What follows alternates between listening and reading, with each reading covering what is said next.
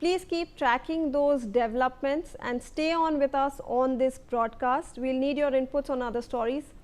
Indirect talks aimed at reaching a final agreement on a US peace plan to end the war in Gaza are set to continue today in the Egyptian capital of Sharm El-Sheikh.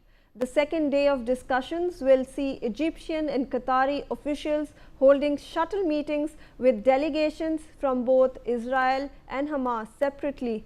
Reportedly, the sessions will focus on creating the field conditions for a possible exchange that would see the release of all Israeli hostages in return for a number of Palestinian prisoners. This comes as the first day of indirect talks between Israel and Hamas in Egypt ended on a positive note, according to many reports.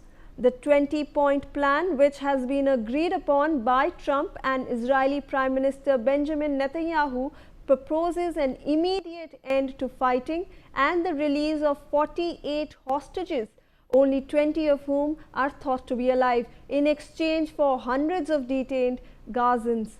Hamas has not agreed to the 20-point plan unconditionally. Aditya Vadwan is right now with us for more details on this story. Aditya, we saw how the first part of this peace talk seems to have a positive outcome as per many reports that are coming in from Egypt. What can we expect in the second set of negotiations?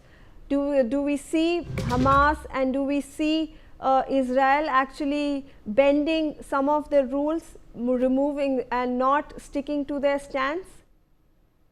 Well, absolutely, Shivani. We see, the first round of talks between the Hamas and Israel have been positive, and all both sides are clear about their particular demands. That the Israeli side has clearly expressed the fact that the Hamas needs to release all the Israeli hostages, or is all the Israeli hostages, if any meaningful deal has to be brokered. And on parallel to it, Israel has also been attacking, have continued their attacks in the Gaza city. And recently the Israeli Defense Forces have claimed that the rockets were fired by the Palestinian side today in Gaza. So the entire this deal that has been brokered by the U.S. President Donald Trump between Israel and Hamas is very complex at this juncture, because both the sides so far still haven't committed each other on the considerable main point. So now it needs to be seen whether Trump will actively intervene between these talks, or what. This needs to be seen, and whether we could possibly now see a ceasefire deal between both Israel and Hamas. Yes, Shivani. Thank you so much, Aditya, for those inputs. We're moving on to some breaking